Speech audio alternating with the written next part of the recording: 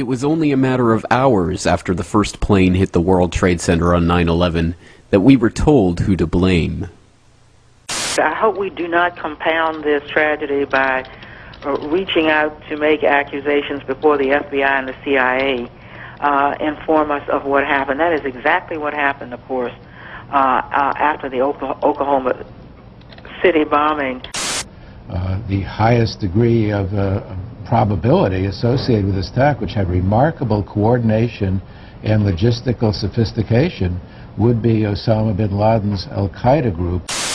In the studio. Oh, there we go. Ken is an international terrorism expert. Ken, good morning to you. Good afternoon to you, excuse me. How are you, Matt? I'm fine, thank you. When you hear the U.S. officials saying they are already looking in the direction of Osama bin Laden, do you think they're looking in the right place?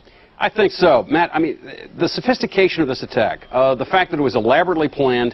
You know, senior U.S. intelligence officials, or one senior U.S. intelligence official, says now that the U.S. is 90% certain that bin Laden was responsible for today's attack.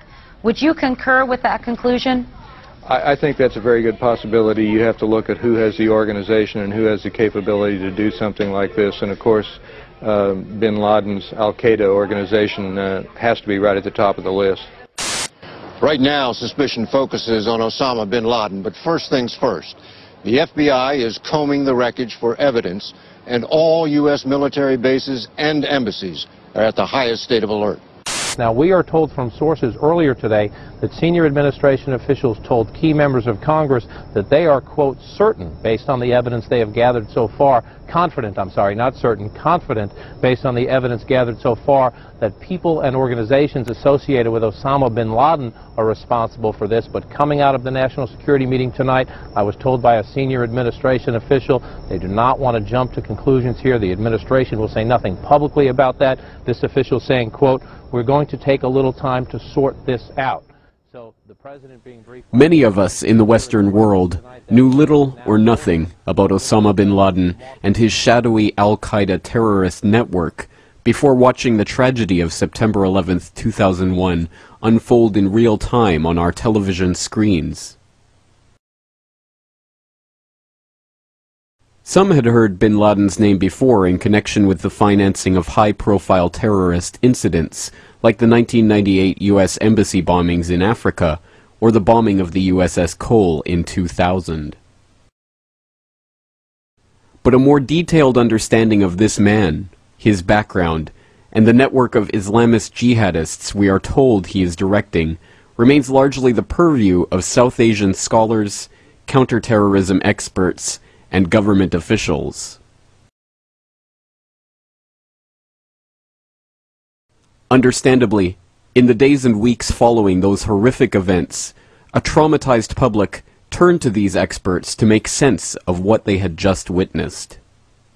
Very soon, a narrative began to emerge, one that seemed to explain what had happened and what it meant for the future of a world that, we were told, had changed forever. Tell us a bit about Osama bin Laden, what sort of resources in manpower and money he's got and what he's trying to achieve.